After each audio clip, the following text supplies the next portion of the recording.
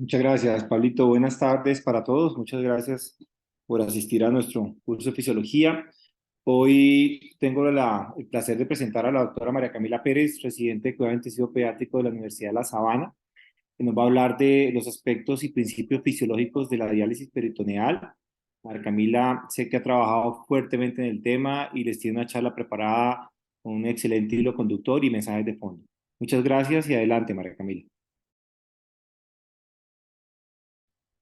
Hola, buenas tardes a todos, mucho gusto. Mi nombre es María Camila Pérez, pues soy residente de cuidado intensivo pediátrico. Hoy vamos a hablar sobre un tema pues que es muy interesante y es la diálisis peritoneal. Entonces voy a empezar contándoles un poco del contenido de la charla. Vamos a tener unos conceptos básicos, básicamente vamos a hablar de una pequeña introducción e historia, conceptos generales sobre la diálisis peritoneal. Vamos a hablar más ampliamente sobre la fisiología de la diálisis peritoneal, los principios físicos, la anatomía del peritoneo. Vamos a tocar los temas, especialmente las pautas de diálisis, sus indicaciones, contraindicaciones, los catéteres a utilizar, los sistemas y las soluciones. Y finalmente, pues vamos a tener unos mensajes finales. Entonces, a modo de introducción, sabemos pues que la diálisis peritoneal es una técnica sencilla, segura y de fácil aprendizaje. Si bien pues el trasplante renal anticipado va a ser la terapia renal sustitutiva de elección que vamos a tener en los niños y que debe ser ofrecido a todos, sabemos pues que la diálisis se va a situar como una modalidad terapéutica que es puente, que sabemos pues que va a ser como el paso para utilizarse tanto en enfermedad renal aguda como crónica, y va a ser pues una alternativa muy importante y válida y eficaz para conseguir mantener a nuestros niños con un correcto control metabólico y nutricional hasta el trasplante. Adicionalmente sabemos pues que es una técnica de gran simplicidad, que tiene una baja mortalidad y tiene una baja tasa de complicaciones, y esto pues le concibe a esta técnica una relación riesgo-beneficio muy buena, con una indicación importante en aquellos pacientes pues que tienen enfermedad renal crónica, y aquellos pacientes que son pequeños, lactantes, o que son menores de 10 kilos, o bien sea aquellos pacientes en quienes se ha realizado una cirugía cardíaca. Sabemos pues que adicionalmente le brinda un beneficio importante a nuestros niños porque permite que su calidad de vida sea mejor y que puedan realizar actividades en su casa y con su familia, como escolarizarse y compartir en casa, y no depender de estar en una unidad de cuidado intensivo o en un hospital. Vamos a hablar entonces un poco de la historia. Básicamente, el primer uso clínico del peritoneo se va a remontar a 1742, cuando Christopher Warwick decide tratar a una paciente, como lo ven en la foto, con ascitis a repetición, quemando los linfáticos abdominales, a lo que él le atribuía el origen de la ascitis. Esto lo hizo pues con una solución de vino de Borgoña y agua de Bristol a partes iguales, y se dio cuenta que después de infundir esta solución había mejoría de la ascitis, y por ende continuó realizándolo. Obviamente la paciente falleció tiempo después. Después de esto, tenemos en 1885 el doctor George Ganter realiza pues los primeros lavados peritoneales con intención dialítica reseñados en humanos, describiendo pues la técnica de una forma muy correcta y adecuada, con instrucciones para las generaciones futuras. Ya en 1927 los doctores Heuser y Werder empiezan a planear la diálisis peritoneal de flujo continuo. Esto pues estos doctores lo realizaron mediante dos catéteres a tres pacientes en quienes hicieron el diagnóstico de lesión renal aguda por intoxicación con mercurio. Ellos pues que encontraron que tuvieron una mejoría bioquímica con el uso de la diálisis, ya que la uremia mejoraba. Sin embargo, pues tiempo después los pacientes fallecieron. Eh, Posteriormente encontramos pues al doctor Ruben, que fue el primer médico en realizar diálisis peritoneal en enfermedad renal crónica, digamos que consecutiva, en una paciente a quien cada vez que los niveles de uremia se elevaban, le realizaba la terapia, digamos que con adecuada evolución, hasta que la paciente falleció. Ya finalmente, alrededor de la década de los 60, se empieza a hablar sobre el catéter de Tenkhoff, que pues va a ser el catéter de silicona, que nos permite la realización de la diálisis de una mejor forma y una forma pues más fácil para el paciente, ya que permite un tiempo prolongado del catéter. Y en 1960 se describe el uso de la primera diálisis peritoneal en Colombia por los doctores pues Álvaro Mejía Toro y Jaime Borrero. Ya entonces, entendiendo un poquito de la historia de la diálisis peritoneal, me parece muy importante que establezcamos por qué debemos hablar del tema y pues si bien sabemos pues que es una herramienta muy importante de uso en los pacientes tanto con enfermedad renal crónica, obviamente, pero también en los pacientes con enfermedad renal aguda, digamos que la real incidencia y la real prevalencia de los pacientes con enfermedad renal crónica pediátrica se desconoce y se cree que incluso puede ser mucho más extensa de lo que se plantea pues en la literatura. Sabemos que sabemos pues que en adultos se habla aproximadamente de más de 800 millones de adultos con enfermedad renal crónica y que aproximadamente 4 millones van a requerir terapia de reemplazo renal crónica. Sin embargo, en pediatría, como les conté, dado a que los criterios diagnósticos son muy heterogéneos y que no contamos con muchas publicaciones, sobre todo en países de medianos y bajos ingresos, vamos a tener unos datos muy heterogéneos. Se habla de una prevalencia aproximada de 0.3 a 1 por cada 10.000, como también de 1 en 10 por cada 10.000. Sin embargo, se conoce que alrededor de aproximadamente 2 a 3 millones de pacientes pediátricos pueden estar cursando con enfermedad renal crónica, de los cuales la mitad van a requerir, o incluso más, un 60% van a requerir el uso pues, de terapias de diálisis peritoneal. Por otro lado, es importante destacar que en los niños, en los países de medianos y bajos ingresos, el diagnóstico no es adecuado y se realiza usualmente muy tardíamente cuando ya el paciente está en enfermedad renal crónica en un estadio avanzado que va a requerir pues diálisis peritoneal y esto ocurre pues casi en el 40% de los pacientes. Es por esto pues que tenemos que tenerlo muy en cuenta. Sabemos pues que la enfermedad renal crónica y el uso de diálisis peritoneal constituyen en nuestra población pues una alta morbilidad, unos altos costos en salud y obviamente pues una discapacidad importante residual en nuestros pacientes. Aquí pues encontramos un poco de las guías de diálisis peritoneal de la ISPD, pues que son como las guías más utilizadas pues a nivel mundial y pues ellos describen que aproximadamente el 68% de los pacientes pues con enfermedad renal crónica en los países de bajos y medianos ingresos van a ser usuarios de diálisis peritoneal.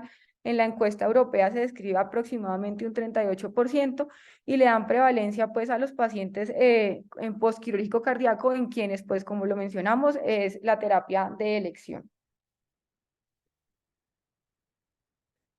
En Colombia contamos con muy pocos estudios sobre enfermedad renal crónica y uso de diálisis peritoneal. Es por esto pues que quiero compartirles este estudio, pues que es un estudio realizado por el doctor Restrepo y la doctora María Adelaida Zapata. Es un estudio en donde nos muestran las características clínicas, sociodemográficas y los desenlaces en unos pacientes con enfermedad renal crónica tratados con hemodiálisis y con diálisis peritoneal. Se hizo pues el seguimiento de 356 pacientes. Fue un estudio descriptivo retrospectivo que se realizó desde el 2008 hasta el 2012, en donde encontraron que la etiología principal de la enfermedad renal crónica eran las glomerulopatías y las anomalías congénitas. Muy importante me pareció destacar este punto y es que encontraron peritonitis, un episodio por cada 60 meses en los pacientes con diálisis peritoneal continua ambulatoria y un episodio por cada 36 meses, 37 meses en los pacientes con diálisis peritoneal automatizada. Dentro de las complicaciones, la complicación más importante fue las infecciosas, en donde pues la peritonitis era una de las causas más prevalentes, destacándose que casi el 18% de los pacientes tenían aislamiento de Staphylo aureus. Se describió entonces una tasa de mortalidad por 1.000 pacientes año aproximada de 82.6, con una edad promedio de 12 años, con un seguimiento pues por 12 meses. Entonces encontraron que las tasas de peritonitis en esta población eran muy similares, incluso menores a las descritas a nivel mundial. Ya entonces nos vamos a adentrar un poquito más en el tema y vamos a hablar pues sobre los aspectos fisiológicos de la diálisis peritoneal. Especialmente vamos a empezar a hablar sobre la anatomía del peritoneo y posteriormente vamos a hablar sobre los aspectos fisiológicos.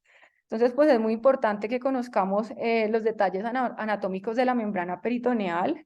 como pues todos sabemos, el peritoneo pues va a ser la membrana serosa que va a recubrir pues el interior de la cavidad abdominal y las vísceras pues que lo ocupan, las vísceras abdominales. Va a ser pues un epitelio de revestimiento que va a estar conformado pues por una capa de unas células que son planas, que van a ser las células mesoteliales, como lo vemos en la imagen, que van a situarse o van a estar encima pues de una membrana basal. Por debajo pues vamos a encontrar el líquido o el espacio intersticial, que va a tener una fase que va a ser la líquida, y otra abundante de fibras de colágeno dentro de una matriz que le vamos a dar un poco más de importancia ahora que hablemos un poco de esta matriz de glucosaminoglicanos y de proteoglicanos. También vamos a encontrar unos elementos celulares, los cuales pues van a incluir células como macrófagos, mastocitos, fibroblastos y células musculares lisas, que básicamente van a cumplir funciones inmunomoduladoras como también funciones de sostén y de función de red vascular. También pues conocemos que como característica adicional, la proporción de la superficie peritoneal respecto al peso pues va a ser superior en niños, por eso es que la proporción del peritoneo en los niños va a ser mayor con respecto a su tamaño o a su peso, y esto pues es importante. Ya hablando un poquito más sobre las funciones de la membrana peritoneal, rápidamente pues sabemos que ofrece pues a los órganos intraabdominales una función muy importante de defensa y de lubricante, pues impide pues la fricción y facilita su movilidad. Además, actúa pues como elemento de soporte para todas las estructuras neurovasculares. También genera pues unos mecanismos de defensa muy importantes, y estos mecanismos pues básicamente van a incluir la protección mecánica, que va a ser la formación de plastrones, como también los mecanismos de defensa antimicrobiana, como proteínas antibacterianas, fibrinogénesis, fibrinolisis, activación pues de estructuras celulares, reclutamiento y implementación de la respuesta antibacteriana. También pues genera una función importante en la reparación tisular y en la prevención pues de las adherencias.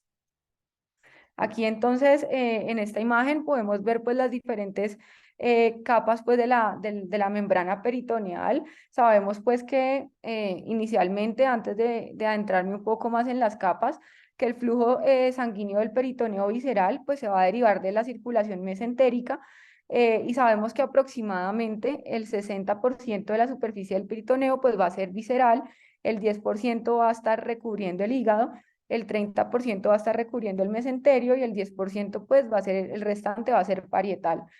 Sabemos pues que también la fracción de superficie capilar peritoneal, que está efectivamente perfundida en un momento determinado en el peritoneo, va a ser muy variable. Y esto básicamente en situaciones basales se va a fijar entre el 25 y 50% del flujo total. Sin embargo, y esto también es un dato importante a tener en cuenta, es que en las fases inflamatorias se va a reclutar una mayor cantidad de vasos, aumentar el flujo esplácnico, y esto va a tener mucho que ver cuando tenemos a un paciente en diálisis peritoneal, en donde el líquido dializante le puede generar una situación proinflamatoria a nivel peritoneal. Ya entonces hablando un poco pues ya más de las estructuras peritoneales, encontramos entonces unas capas que son importantes. La primera es la que ya les había mencionado, que va a ser la capa estancada del fluido intraperitoneal. Después encontramos pues la capa mesotelial, que es la capa donde encontramos el epitelio monoestratificado y la membrana basal. Vamos a encontrar el espacio intersticial, en donde vamos a encontrar la fase del glicocálix, que va a ser la fase, digamos que coloide, donde van a estar los glucosaminoglicanos y los proteaminoglicanos, y vamos a encontrar una fase fluida. También está la pared capilar peritoneal, que está cubierta también por glicocálix, por membrana basal y por endotelio capilar, y finalmente está la capa sanguínea adyacente al endotelio. Aquí encontramos un poco pues del estrato celular mesotelial. Entonces sabemos pues que las células mesoteliales van a constituir esa monocapa que ya hemos mencionado, que va a revestir todas las cavidades serosas del peritoneo. Adicionalmente, va a tener diversas funciones como lo mencionamos, pero va a tener una función importante de defensa y de lubricante, y va a generar una barrera de defensa a microorganismos y a las células neoplásicas. Estas células pues van a ser muy similares a las células epiteliales, eh, y van a tener una polaridad que va a ser apicobasal, van a tener unos complejos de unión y unas microvellosidades. También vamos a encontrar unos elementos importantes como lo son las organelas y los cuerpos lamelares que van a ser una función secretora y de almacenamiento y van a ser como muy similares a los neumocitos tipo 2. Además, pues sabemos que cuenta con unas microvellosidades que van a estar recubiertas de glucosaminoglicanos, especialmente de proteoglucanos y de ácido hialurónico, que vamos a conocer y vamos a ver más adelante que estas moléculas pues van a tener una carga negativa y van a influir pues como sobre toda la capacidad de modular el movimiento transmesotelial de las proteínas aniónicas y de todos los solutos electronegativos que van a tener un menor tamaño molecular. Es por esto que también esta parte del glicocálix va a ser muy importante en el movimiento transcelular del agua, ya que van a estar pues compuesto por los pequeños poros o los poros que son mucho, mucho más pequeños, entre estos pues la aquaporina. También vamos a encontrar que no solamente hay transportadores o están las acuaporinas que van a permitir el paso del agua, sino que las células mesoteliales, de forma pues como muy interesante, también tienen unos receptores que van a permitir el transporte de glucosa y de urea, y por esto es que el estrato mesotelial pues va a ser un elemento muy importante en la modulación de la permeabilidad del proceso de diálisis. Ya encontramos también entonces la membrana basal submesotelial, la cual pues va a ser como el espacio entre la membrana basal submesotelial y la pared abdominal, y pues básicamente este tejido va a estar rico en células, vamos a encontrar macrófagos, vamos a encontrar mastocitos, fibroblastos, también encontramos estructuras del sistema linfático y estructuras vasculares que van a tener capacidad dialítica. Es importante que vamos a encontrar macrófagos de activación por vía alternativa M2 que van a dar lugar a respuestas que van antiinflamatorias y reparativas en el endotelio. Y pues bueno, vamos a encontrar las estructuras vasculares con capacidad dialítica que básicamente van a ser las vénulas, los capilares y las arteriolas. Ya como para terminar de hablar un poco de la parte anatómica del peritoneo, entonces pues es muy importante como destacar que el peritoneo más que ser pues como esa membrana que nos permite la función de recubrir los órganos de defensa y de capacidad pues como antimicrobiana a cualquier pues huésped, es una membrana muy, muy activa biológicamente. Sabemos que las células mesoteliales van a tener una capacidad inmunomoduladora muy grande mediante la expresión de múltiples citoquinas, especialmente factor de necrosis tumoral alfa, interleuquina 8, interleuquina 10, interleuquina 15, como también encontramos que en el peritoneo ahí está la expresión de diferentes tipos de toll-like receptors, especialmente el 1, el 3 y el 5 y el 6, y que toda esta respuesta o toda esta capacidad pues inmunomoduladora que contiene este peritoneo va a tener múltiples componentes humorales, también pues hay liberación o a poder secretar citoquinas, especialmente C3, C4, inmunoglobulinas como IgM, IgG. Sabemos que este peritoneo y especialmente el endotelio y el glicocálix peritoneal van a ser pues una ficha fundamental para entender el transporte transcapilar que vamos a ver ahorita más adelante.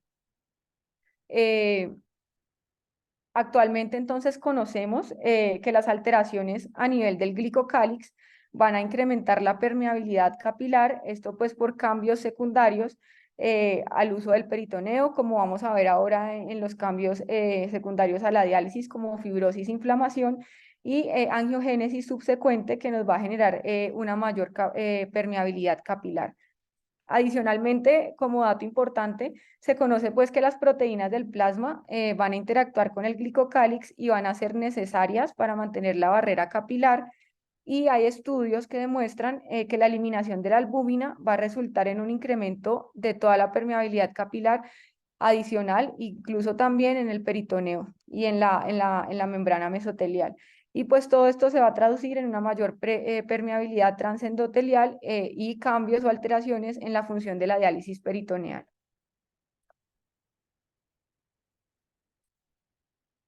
Ya entonces vamos a entrar a la parte, digamos que de los principios fisiológicos de la diálisis peritoneal. Es importante antes de hablar de la fisiología conocer como los conceptos generales del funcionamiento del peritoneo en pediatría. Sabemos pues que el área de superficie peritoneal va a depender en gran medida de las propiedades de la membrana. Sabemos pues que el área de superficie peritoneal efectiva es al menos una triple entidad que vamos a ver aquí, que va a estar compuesta del área de la superficie peritoneal, del área de intercambio y el área de contacto. Entonces, el área anatómica va a ser mayor que en adultos y pues esta obviamente va a ser característica de cada individuo. El área de contacto o de membrana mojada, como lo llaman en algunos libros, va a representar del 30 al 60% del área anatómica y esta pues va a depender de varios factores que pueden influir en el área de contacto mediante, por ejemplo, el volumen de llenado. Y también tenemos el área de intercambio, que pues esta la podemos calcular utilizando el modelo cinético de la teoría de los tres poros que vamos a ver más adelante, pero básicamente describe la capacidad del peritoneo de dializar en función de los parámetros de área, que esta pues va a estar determinada o va a determinar la difusión de pequeños solutos y de la conductancia hidráulica. Entonces aquí tenemos pues una imagen muy importante, digamos, para entender toda la fisiología del peritoneo. Vamos a tener como los tres elementos importantes, está la luz capilar, está el endotelio que conocemos pues que va a ser la ficha clave para poder entender la diálisis peritoneal y está la cavidad peritoneal. Entonces sabemos que todo el funcionamiento de la diálisis peritoneal se va a basar pues en los principios físico-químicos de la difusión, que va a ser pues el paso de solutos por diferencia de concentración y la convección, que va a ser el paso de agua por diferencia de presiones. Sabemos pues que el transporte de los solutos se va a hacer por difusión por los poros pequeños, como lo podemos ver en la imagen, pero que esta difusión también va a depender del tamaño de la molécula y es por esto que más adelante vamos a ver como la teoría de los tres poros y que existen poros ultra pequeños y las acuaporinas. Y también va a depender no solamente del tamaño, como les dije, sino también de la diferencia de concentración a ambos lados de la membrana, de la permeabilidad intrínseca de la misma, que esta característica de permeabilidad básicamente va a estar condicionada por el número y por el tamaño de los poros. También es muy importante ahí, y es por esto que el glicocálix y que este esté íntegro y que el endotelio esté íntegro y que no se dañe con la diálisis, que es algo, es una consecuencia que pues puede suceder. Es importante porque la superficie de intercambio se puede dañar y pues el grosor del peritoneo. Entonces ya ahí podemos ver que vamos a tener diferentes poros por los cuales se van a dar el diferente transporte de las moléculas de acuerdo a su tamaño. Sabemos pues que en segundo lugar, después de lo que les comenté de que existe el endotelio y sus poros y que en la cavidad peritoneal vamos a tener moléculas de diferente tamaño, el transporte de agua que va a ser pues muy importante, se va a dar por convección y esta va a ser pues secundaria a diferencia de las presiones hidrostáticas y osmóticas, que es lo que digamos que nosotros hacemos en la diálisis peritoneal. Básicamente lo que hacemos es crear un gradiente de presión osmótica. Este se da a favor del paso del agua desde el paciente hacia la cavidad peritoneal. ¿Y esto cómo lo hacemos? Pues mediante la introducción de un agente osmótico que va a ser el líquido dializante. El paso del agua entonces va a depender del gradiente osmótico y de los poros disponibles utilizados para este mismo. Sin embargo, pues cuando se empezaron como todos los estudios de esta fisiología del peritoneo, se intentó explicar como este modelo con un modelo uniporo, es decir, como si el agua pasara solamente por un poro. Sin embargo, sabemos que el agua no solamente pasa por los poros pequeños, sino que también pasa a través de las acuaporinas, que van a ser pues fundamentales en el transporte de agua en el peritoneo, especialmente las acuaporinas tipo 1. Y aquí hay un punto importante pues a mencionar y es que sabemos que la glucosa como agente osmótico pues puede generar un problema a nivel peritoneal, ya que su tamaño es como muy similar al de la creatinina y en permanencias largas del líquido dializante. Esto genera una pérdida o condiciona una pérdida de capacidad osmótica en el paciente con el tiempo. Esto pues usualmente puede ocurrir en pacientes con un peritoneo más permeable y por ende, entonces, la capacidad de transporte del agua va a depender de la permeabilidad de la membrana, de la presencia de las acuaporinas, especialmente la acuaporina tipo 1, y también, por eso les mencioné lo anterior, del agente osmótico que utilicemos y de la concentración de glucosa o de qué tan osmótico sea este agente. Entonces, pues como veníamos hablando, ya hablamos pues un poco de los poros pequeños, ultra pequeños y de los poros grandes. Sabemos pues que el peritoneo va a presentar diversas barreras al transporte de solutos. Los capilares peritoneales, como lo ven en la imagen, van a ser pues como la barrera principal. Eh, la teoría entonces de los tres poros nos propone que hay unos poros de pequeño tamaño que van a ser de 3 a 5, unos poros que van a ser pequeños, que van a ser de 40 a 50, y unos poros grandes que van a ser hasta de 150. Eh, Inicialmente se creía que solo existían estos tamaños de poros, pero conocemos también que existen los ultra pequeños, que van a ser los canales de acuaporina, que fue lo que llevó a los investigadores como a proponer la teoría de los tres poros, que van a ser como los tres más importantes para generar el movimiento de agua y de solutos en el peritoneo.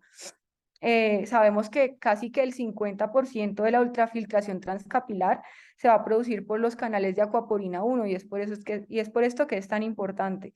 Y el resto se produce a través de los poros pequeños. Entonces, aquí pues básicamente lo que les quiero, digamos que explicar es que en realidad lo que primero vamos a tener es el ingreso de la sustancia dializante a la membrana. Entonces sabemos pues que la membrana semipermeable va a permitir el intercambio de solutos entre la sangre y el dializante, que es como que básicamente la primera imagen que vemos. Y la glucosa y las soluciones dializantes nos van a permitir pues el movimiento mediante la teoría de los tres poros, como ya lo vimos mencionada anteriormente. Aquí pues también cabe resaltar en segunda instancia, como ya lo vimos, el papel de las acuaporinas, hablando pues un poco de estos poros ultra pequeños. Sabemos pues que la acuaporina 1 va a ser la responsable de esta ultrafiltración del plasma a la cavidad, y de un lado vamos a tener una mayor concentración del dializante y del otro lado, como lo ven en la segunda imagen, una menor concentración. Y esta diferencia de concentraciones lo que nos va a generar es el gradiente osmótico que va a producir la transferencia de agua y de solutos. Finalmente, en la tercera imagen, lo que podemos ver es que es muy importante para poder entender todo el funcionamiento o los principios pues fisiológicos, entender la ley de Starling o recordarla. Sabemos pues que la ley de Starling nos habla pues de las 4 fuerzas que van a actuar a cada lado del capilar. Vamos a tener las fuerzas coloidales y las fuerzas hidrostáticas que van a generar un movimiento a través de la membrana. Como vemos en el diagrama, entonces podemos ver que por el balance de las presiones hidrostáticas y coloidosmóticas en el capilar peritoneal, esto nos va a permitir todo el movimiento, bien sea hacia afuera o hacia adentro, de líquidos y de solutos, generando el ultrafiltrado. El líquido intersticial entonces va a ser reabsorbido por todo el sistema venoso que vemos por acá y especialmente los linfáticos diafragmáticos especialmente. Entonces, esto quiere decir que en primer lugar, como en primera parte, como lo describimos, va a predominar la fuerza del dializado arrastrando el líquido intersticial, y luego todo el aumento de esta presión hidrostática peritoneal va a favorecer el drenaje de los linfáticos, especialmente, como les dije, hacia los diafragmáticos. Por esto que a veces una de las complicaciones secundarias a la diálisis pues va a ser el derrame pleural. Finalmente, la presión osmótica se va a igualar a la presión plasmática, y esto nos va a generar pues un mayor retorno venoso con una mayor reabsorción linfática. Ya como para terminar de entender esta parte, hay que tener en cuenta entonces pues los cambios que han ocurrido a lo largo del tiempo con la ley de Starling. sabemos pues que inicialmente en la ley de Starling solamente se tenían en cuenta, digamos que las fuerzas que habían en el plasma a nivel del endotelio y a nivel intersticial, pero no se tenía en cuenta el glicocálix, el cual pues es un elemento fundamental para entender el movimiento de solutos y de agua en el capilar. Actualmente pues conocemos la ley de Starling modificada, en donde pues la observación del glicocálix pues va a ser muy importante. Nos dice entonces que las fuerzas oncóticas van a estar determinadas por la diferencia con las diferencias locales entre la concentración de proteínas que están a través del glicocálix y la diferencia de concentraciones de las proteínas de los compartimientos, y no solamente depende de la presión oncótica y el intersticio, que era lo que pues se tenía en la teoría inicial, y que pues ya sabemos que depende de mucho más del espacio subglicocálix, y que este va a actuar pues como una barrera osmótica efectiva, y que finalmente su presión oncótica va a ser el principal determinante de la filtración transcapilar. Aquí pues podemos ver, digamos que un resumen de lo que les expliqué del glicocálix, y es que va a hacer esa barrera osmótica efectiva que mediante los principios físicos que ya vimos va a permitir que se genere mediante difusión y convección el ultrafiltrado. Se va a generar una absorción de líquidos, y esto va a depender de la cantidad de membrana efectiva que tengamos, de los capilares que tengamos, pero también va a depender de la diferencia de presiones y de los gradientes de presiones que se generen para generar todo el movimiento de agua y de solutos a nivel pues de peritoneal. Entonces pues este es como un resumen, teniendo en cuenta que no es solamente el endotelio y el capilar en sí, sino que también tenemos una fuerza subglicocálix y un elemento que es muy importante. Ya finalmente, pues esto ya lo hemos mencionado a grandes rasgos, pero es importante pues hablar un poco sobre la ley de Fick, ya que vamos a tener pues en este funcionamiento de la diálisis una membrana que va a tener poros. Sabemos pues que según la ley de Fick, la tasa de transferencia de los solutos a través de la membrana va a depender y va a ser proporcional, como lo vimos anteriormente, al gradiente de concentración entre un lado de la membrana y el otro lado, el área disponible de la membrana, inversamente proporcional al grosor de la misma. Sin embargo, aunque esta ley es muy importante para entender todo el funcionamiento de la diálisis, cada vez conocemos que el funcionamiento de la membrana peritoneal es muy heterogéneo y varía de acuerdo a cada persona. La membrana es individual, las características de transporte pues van a ser diferentes entre los pacientes y van a ser impredecibles. Esta membrana puede ser reactiva y puede cambiar con el tiempo, y la exposición a soluciones no del todo biocompatibles la pueden dañar y pueden generar cambios en esta misma. Y es pues básicamente de estos cambios es a los cuales me refería cuando les hablaba los cambios asociados al uso de diálisis o al uso de diálisis prolongada, especialmente al uso de las soluciones dializantes. Sabemos pues que el endotelio mesotelial se va a ver afectado. Esto todo va a ser por la glucosa, por la uremia, porque vamos a tener un pH ácido, por la expresión de proteínas inflamatorias y también por procesos infecciosos como la peritonitis. Y todo esto pues nos puede generar cambios a nivel del ultrafiltrado y cambios fisiológicos a nivel de la membrana peritoneal. Eh, Vamos a encontrar que va a haber pérdida de las células mesoteliales, podemos encontrar engrosamiento de la zona submesotelial, también hay liberación de factores proinflamatorios, como podemos ver. Esto pues puede generar angiogénesis y puede generar fibrosis, y a la larga pues nos va a generar una disfunción de la membrana peritoneal, y es por esto pues que tenemos que tener en cuenta todos estos cambios. Aquí podemos observar todos los mediadores proinflamatorios que pueden liberarse asociados, o todos los factores de daño que nos generan el uso de la diálisis peritoneal, y en sí pues la propia enfermedad y las complicaciones asociadas. Entonces pues la hiperlactatemia, la peritonitis, el uso de soluciones con osmolaridad elevada, la glucosa y las toxinas nos generan una liberación de mediadores moleculares que van a generar un estado proinflamatorio y van a actuar pues a nivel endotelial, generando pérdida de las células mesoteliales, un estado proinflamatorio, hipervascularización, fibrosis submesotelial y daño vascular. Esto pues básicamente ¿en qué se traduce? En un aumento de aclaramiento de solutos, en cambio en el ultrafiltrado, en esclerosis peritoneal y en una toxicidad sistémica. Al lado derecho podemos ver cómo va a influir el uso de sustancias o de soluciones dializantes altas en glucosa en todo el metabolismo de la glucosa a nivel peritoneal, que al final se traduce en un cambio en el NADH, y lo cual genera especies reactivas de oxígeno, genera una alteración a nivel mitocondrial y del metabolismo respiratorio, y esto pues nos puede generar un estado proinflamatorio mayor. Ya hablando entonces de los componentes fisiológicos cruciales del sistema de diálisis peritoneal, tenemos pues que mencionar dos componentes importantes.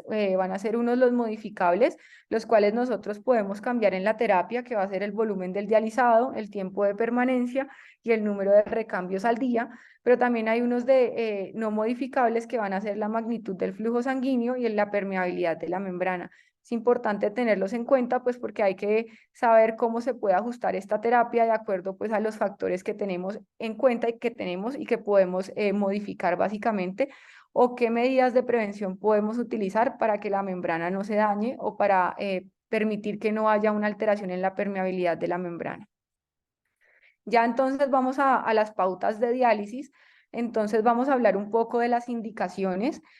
Básicamente sabemos que una de las indicaciones más importantes del uso de diálisis peritoneal es en aquellos niños muy pequeños, lactantes, neonatos o pretérmino, o niños que tienen menos de 10 kilos, o aquellos niños con difícil acceso vascular.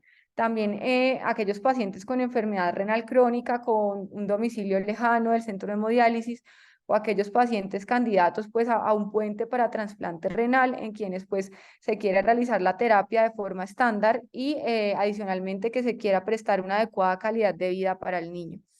Sabemos pues que el 50% de estos pacientes con enfermedad renal crónica va a requerir diálisis peritoneal, y pues va a ser una terapia como un puente a trasplante renal oportuno, y va a ser una estrategia importante en pacientes pequeños de cirugía cardiovascular. En cuanto a las contraindicaciones, entonces, principalmente defectos de la pared abdominal, entonces ahí hablaban de gastrosquisis, ónfalocele, hernia diafragmática, entre otros, cirugía abdominal reciente, adherencias peritoneales, y también fallo grave de la función de la membrana peritoneal, pues esto ya es cuando el paciente ha tenido diálisis y la membrana no está funcionando. En cuanto a los componentes de una diálisis adecuada, entonces básicamente hay tres cosas fundamentales. La primera pues va a ser prolongar la vida, entonces pues obviamente prevenir sintomatología urémica, evitar la morbilidad asociada.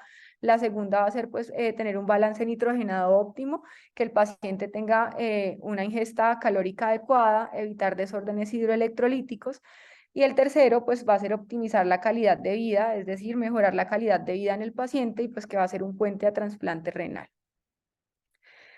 Aquí tenemos como una tabla que nos muestra los indicadores o los componentes de una diálisis adecuada. Entonces, pues tener en cuenta los indicadores clínicos de cada hospital y los indicadores meta que tenemos, la presión arterial sistémica y el balance de líquidos, la homeostasis ácido-base, el control de lípidos, el estado nutricional del paciente, obviamente toda la homeostasis a nivel metabólico, todos los electrolitos, el aclaramiento de todas las moléculas medias y de los solutos pequeños, y un punto y pilar fundamental va a ser la calidad de vida.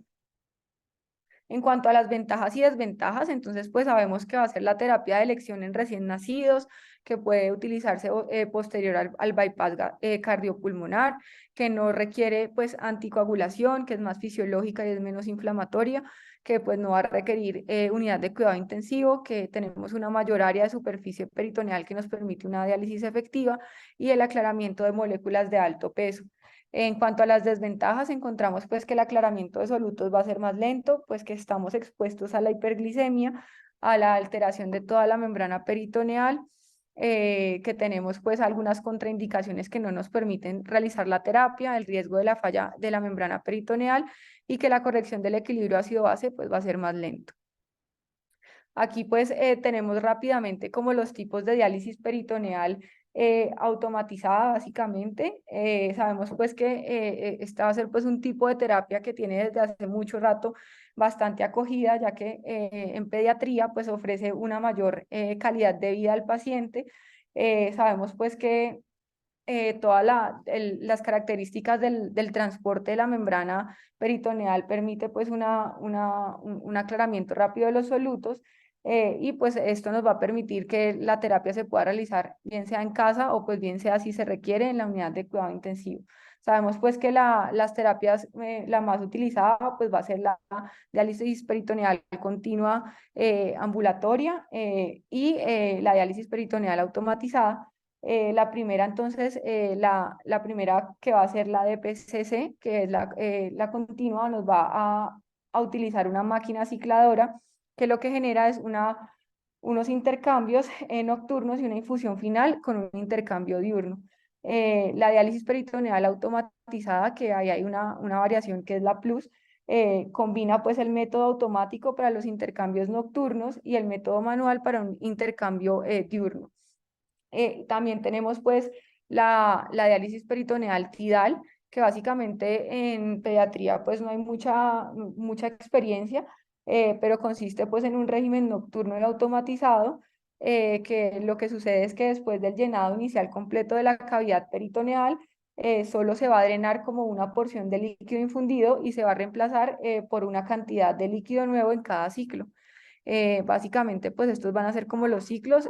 Sabemos que la automatizada y la continua van a tener unos ciclos tanto de día como de noche, y la tidal pues va a tener un ciclo importante en la noche.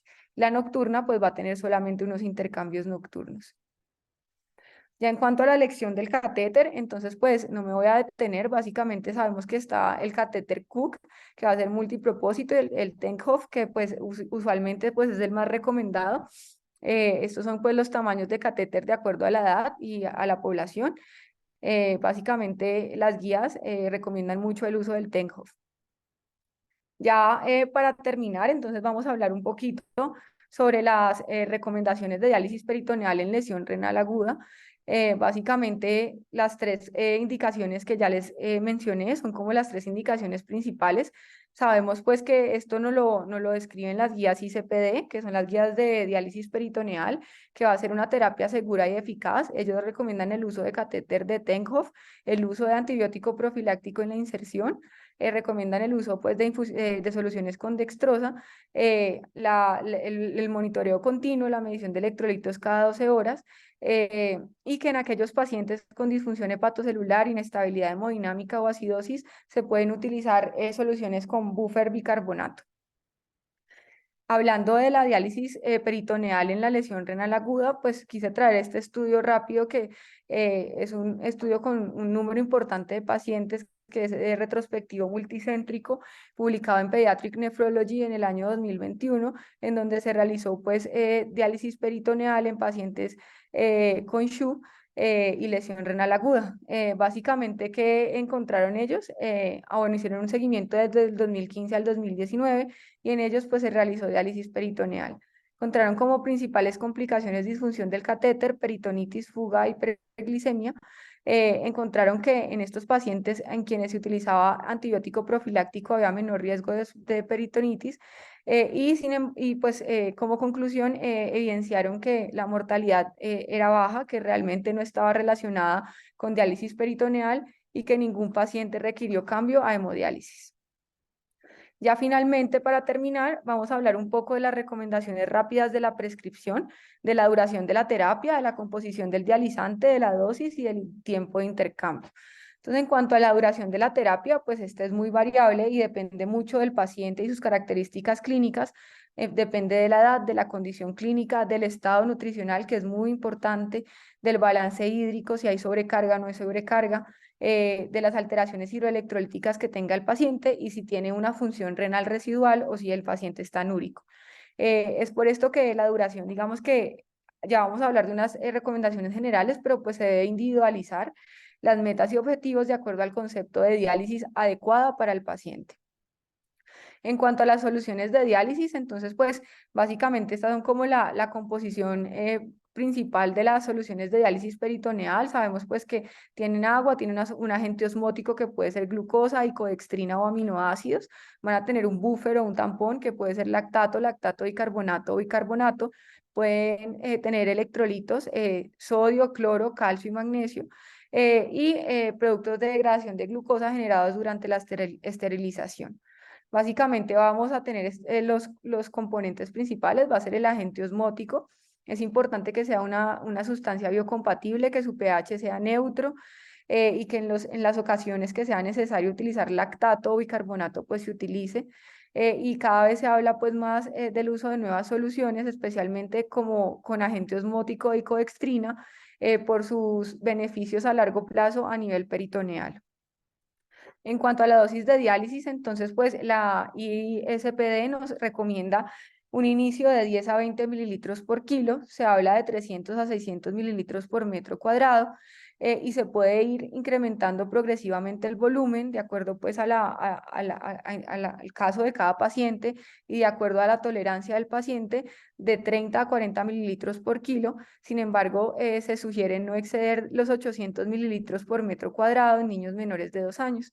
Y pues tener muy en cuenta la presión intraabdominal y su medición en pacientes con riesgo de síndrome compartimental abdominal.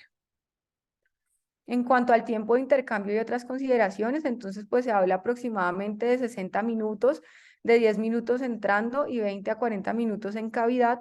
Se recomiendan en algunas ocasiones cuando el potasio está menor a 4 milismol, adicionar potasio a la solución, y en las guías ISPD se recomienda el uso de heparina en el dializante. Hay que hacer pues una monitoría intensiva, balance de líquidos diario, aproximadamente pues cada 2 a 4 horas. Hay que hacer peso seco cada 12 a 24 horas. Una monitoría de glucometrías o de glicemia cada 6 a 12 horas, de los azoados, BUN y creatinina. Y es muy importante tener en cuenta la sobrecarga hídrica y estimar pues el porcentaje de pérdidas para cada paciente.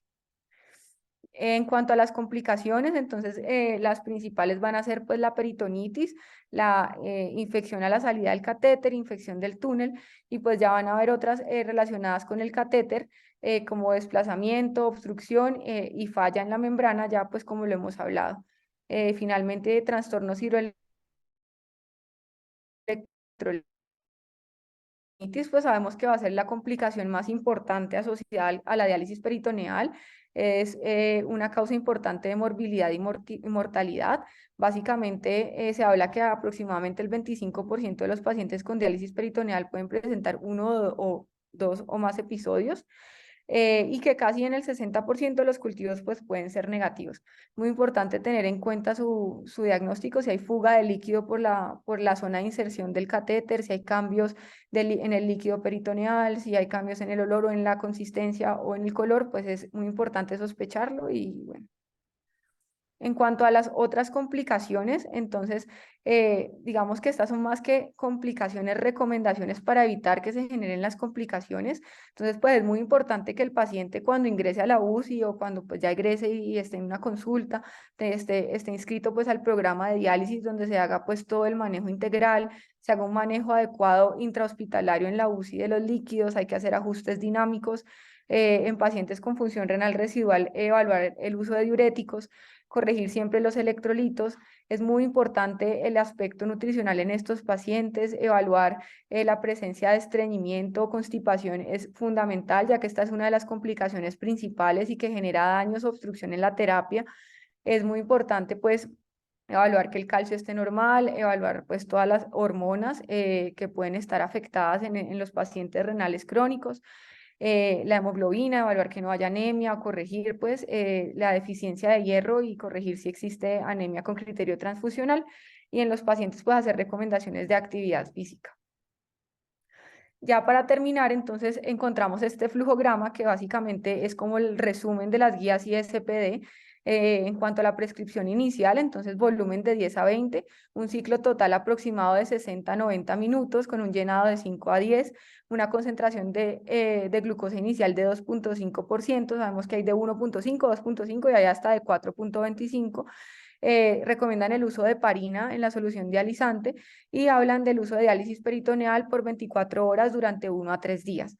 Ya si existen algunos de estos problemas, nos dan unas recomendaciones puntuales que me parece importante mencionar rápidamente. Si hay una pobre ultrafiltración, pues evaluar si hay fuga peritoneal, aumentar la concentración de glucosa, disminuir el tiempo de intercambio y aumentar el volumen si lo tolera y si se requiere. Hipercalemia, pues disminuir el tiempo en cavidad y monitorear el potasio regular. Si hay un aumento de la presión intraabdominal o una dificultad para la ventilación, reducir el volumen inicial de 10 a 5 mililitros por kilo, posición a 30 grados y medir la presión intraabdominal.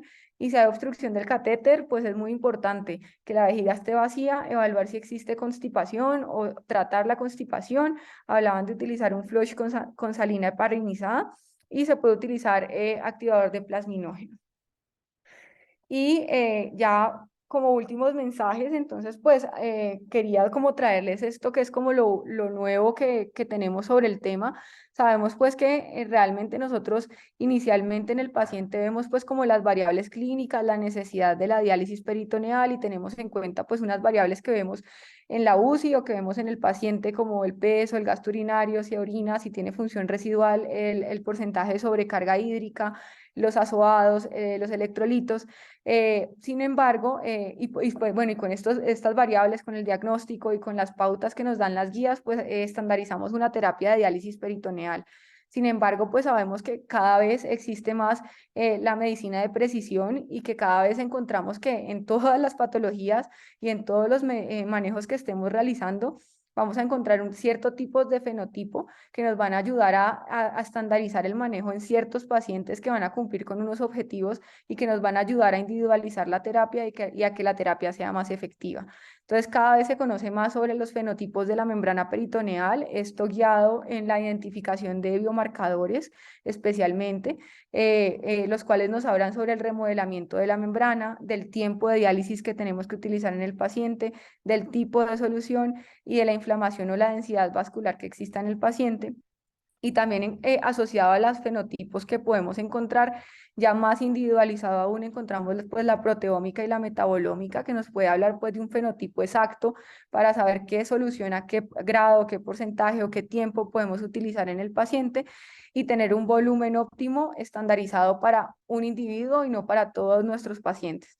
Pues creo que hacia allá vamos. Finalmente, pues eso era lo que yo les quería contar.